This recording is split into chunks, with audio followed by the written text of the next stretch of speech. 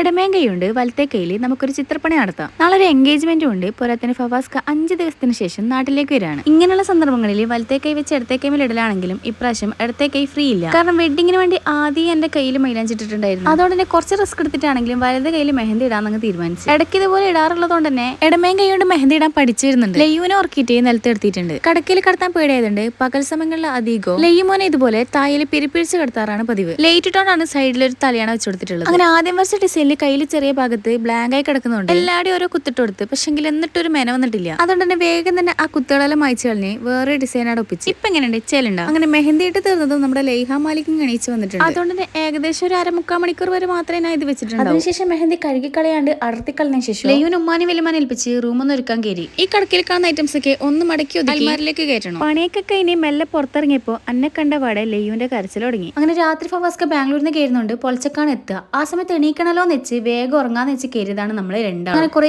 കഷ്ടപ്പെട്ട് ഉറക്കിയെങ്കിലും വാപ്പി വരുന്ന കൃത്യസമയത്ത് ഒനിങ്ങണി. അതുകൊണ്ട് തന്നെ ഫവാസ്കാക്ക് ഡോർ നടക്കലൊക്കെ നമ്മൾ രണ്ടാളും ഒന്നിച്ചായിരുന്നു. ഒരു കയ്യിൽ ലയ്യ ഉള്ളതുകൊണ്ടാണോ എന്നറിയില്ല, എന്ത് കളിച്ചിട്ടും ഈ പൂട്ട് തുറക്കാൻ പറ്റുന്നുണ്ടായിരുന്നില്ല.